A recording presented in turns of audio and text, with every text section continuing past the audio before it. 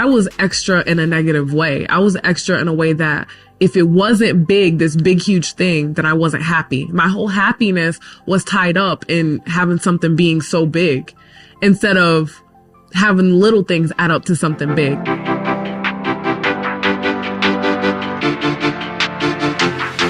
Hey ladies, welcome to Speak Life Project. I am so glad that you stopped in. This is a place where we talk about all the things from real life topics to daily struggles, and we're going to dive right in. So today I want to talk about there's beauty in simplicity. And if you know me, I am one of the most extra people. And when I heard that title, I was like, okay, Lord, what are you trying to show me? And he brought up all these different times where I really did enjoy the beauty that was in the simple things of life. And it really took me a long time to even get to this point because I had such an expectation for things that if it wasn't on a grand level, then I was unhappy, which meant I was unhappy all the time. But one day, when I was crying, the Lord showed me, he's like, it's because you have such a high expectation for things, which there was more underlying issues that was under that. But he's like, you have such a high expectation of things. No one can reach it, not even yourself. And I was like, ouch, you're right. And so if that's you, because I feel like a lot of people these days, especially with social media and being able to see that you can do things on a grander scale, causes us to not just find the beauty in the simple things of life that's right in front of us. And so especially if you have a pessimistic point of view on life, then nothing will make you happy because you won't see the simple things in the day-to-day life that actually can add up to something that's bigger. And so it's so funny that I'm even talking about this because, like I said, if you knew me, you would know that most of the things that I would do was so extra. But then when it was little simple things that I enjoyed, I didn't think it was good enough. So then it caused a lot of stuff, even in my marriage, in friendships, me as a daughter with my family, because if someone did something that was small, but to them, it was something that was great because they're like, man, I'm thinking of you, so I'm going to do this little gesture for you. I didn't think it was enough. So inside, I'm like, that's not enough. And it was so ugly. So when the Lord showed me that, I was like, wow, Lord, I've been doing this for most of my life because the underlying issue was that I had too high of an expectation. And I probably had too high of an expectation because people had let me down in the past. And people had overpromised, under-delivered with things in my life before. Family members or people that said they were going to be there and they weren't. So I really feel like I got to that place of having such a high expectation because of that void I was trying to fill of really rejection. And so in order to not feel that or in order to get to that place of having such a high expectation that no one can reach, it gave me an excuse of putting up a wall or being disappointed. Like, nobody ever does this for me. No one ever does this for me. So I'm just going to sulk and stay in this place of always being mad and upset because nobody does this. Nobody can do it. Nobody throws me a party or nobody, it was different things. And I'll get to the party thing here in a second. But I just had to realize that I had such high and false expectations on people, almost like a perfection thing that no one can reach it. And it was funny because with the whole perfection thing, I started to put that on myself. And then that's when I started to claim the whole, oh, I'm a perfectionist, which most women that I'm around, they say that, oh, I'm a perfectionist. You almost wear it as a badge of honor. But if you unpack that and look at that a little more, then you could see that there's something that stems or something that takes place for us to get to that place of being a perfectionist, because we're not perfect. People's not perfect. Nobody's going to be perfect. And when we become a perfectionist, we actually put that on others to have an expectation that's so high that no one's going to be able to reach. So then we get disappointed because we're like, you didn't reach that expectation that I had. And then half the time when we have that expectation, we don't even communicate that to the other person, thinking that they could read our minds. But in your mind, you're hoping that they reach that bar. And then it's just like this never ending cycle of disappointment. So I wasn't even going to go down that path, but I did. So I'm pretty sure that someone needed to hear that. And I'm telling you, because I walked down that same road, but now I'm on the other side of that perfectionism, and I'm able to do things and not be stuck because of such high expectations that no one, not even myself, could reach. So not too long ago, about a few months ago, I went to Europe with some friends, and it was a girl trip. It was a trip of the life of my life. It was a trip of a lifetime. It was amazing. I had so much fun, and being able to be gone for 12 days and see so many different parts of Europe was just breathtaking for me. And if you know me, I love to travel. So when I was able to go on that trip for my 30th birthday, I literally was like a kid in the candy shop the whole time, just so full of joy. And I really wanted to savor and to take in everything that I saw, because I'm like, wow, God, we live in the United States. There's this whole other country that's going on and doing life at the same time. And so I want to see what it looks like, what the different culture is like, what the different, the architect looks like, all the different things that's in a different country. I can't wait to see. So my promise to myself was to take it all in and to really enjoy what I was seeing and not be pessimistic at that time. So I'm like, okay, I'm going to put this lens on where I'm an optimist and nothing's going to steal my joy, because this is a trip of a lifetime. So the first place that we went to was Paris.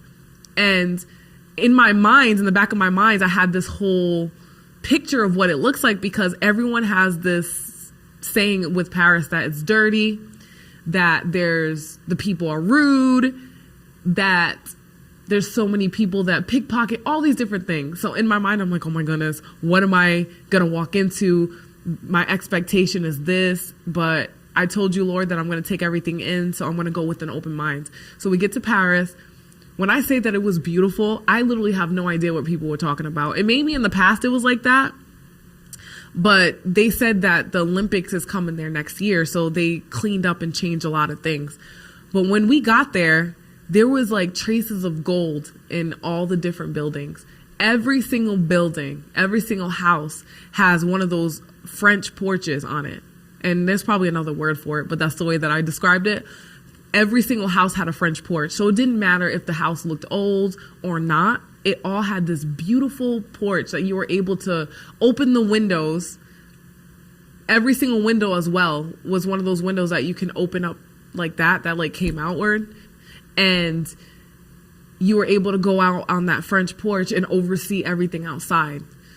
So I remember seeing that and thinking, that's so beautiful. Like, it's so simple, but it's so beautiful if you think about it. And then every place that we went into, it was all neutral colors. It was like black and white with a hint of gold, or it was like tans and blush pink with black and white and hints of gold. But in all of that, even though it was so simple, everything was neutral, everything was uniform, there was beauty in the simplicity. And the Lord started to paint this whole picture to me, like, look at how beautiful you think that is with the gold and with the black and white and with the hints of blush or whatever color was neutral. There was like, sometimes it was like navy blue or a pop of green, but it was like an olive green. But it was so beautiful. I couldn't stop taking pictures of all the things that I was seeing, because it was so elegant, even though it was so simple. So then he was like, that's how it is with my creation and with life and with the day-to-day tasks. And when you're doing the day-to-day things that may feel like it's daunting because you're doing the same thing with the same schedule, he's like, if you can find the beauty and simplicity, then you will learn how to be content. You can learn how to be happy with everything that's around you and be grateful. And so when he started to paint this whole picture, I was like, I have to talk about this, because I think in life, in our society today, in our culture, it's so easy to be ungrateful. It's so easy to turn to being negative and to complain about everything because we don't have this. And next thing you know, we become entitled and we don't even realize it. And then people don't want to be around people that's entitled. They're annoying. So he was showing me this whole picture of there's beauty in the simplicity of life. So we can choose to either see the cup half full or the cup half empty. And for me, it's easy to see the cup half empty. I haven't always been that way, but I really think because of disappointment after disappointment, or in my eyes, people not reaching the expectation that I had for so many years, it caused me to just be negative. Like, oh, well, they didn't do this, they didn't do that. And next thing you know, you're becoming critical about everything and anyone and everyone. And it's like this negative thing that brings you down, brings everyone else down that's around you. And so when he showed me the beauty and simplicity, when I came back home, I was like, okay, so I just came from the highlight of my life from this trip, and now I'm going back home. So I could have easily slipped back into the, we're just in West Virginia. We're just where all the nature and the trees are. There's no culture. There's no people where I'm at. I could have easily slipped into that place, but I was like, God, what you showed me with that beauty, I'm going to take and apply it to my life here. And so I started to find the beauty in my day-to-day life. So with me, with my extraness, I would have to go get a coffee 3 times a day that was like away, like out of the house. Now I might have, narrowed it down to just one. But I really have tried to, and I know that this may not be a big deal to others, but for me, it's a big deal. So with the coffee, I was like, instead of going to get this extra coffee every single day and spending $10, I'm going to try it at home, because I literally have like 3 different coffee machines, and I have cold brew in the fridge, and I had all these different things. And I'm like, I got to try and find the beauty in what I have at home. So I'm going to start trying to drink coffee from home. And so even my coffee today is from home, which I was, excited about, because I'm like, look at me growing and changing. But anyway, so I started to find out what I liked at home with the coffee that I had and the things that I had at home. And now my husband's doing the same. And now when I go to certain coffee shops and I drink that coffee, I'm like, I actually like the one that I have at home better. And that alone to me is an example of beauty in the simplicity. Or when my husband does a gesture for me, like he'll do the dishes or he'll buy something for me that I needed in the house without me asking. That's finding beauty in the simplicity of things. Because in the past, I was like, well, you did that, but that's not what I was asking for or needing. I needed this, and it was never enough. And so when I was able to find the pleasure out of little things in life like that, it caused me to change as a person and not complain as much and not be nagging and not be negative all the time. And so now I really could truly say that when I wake up happy.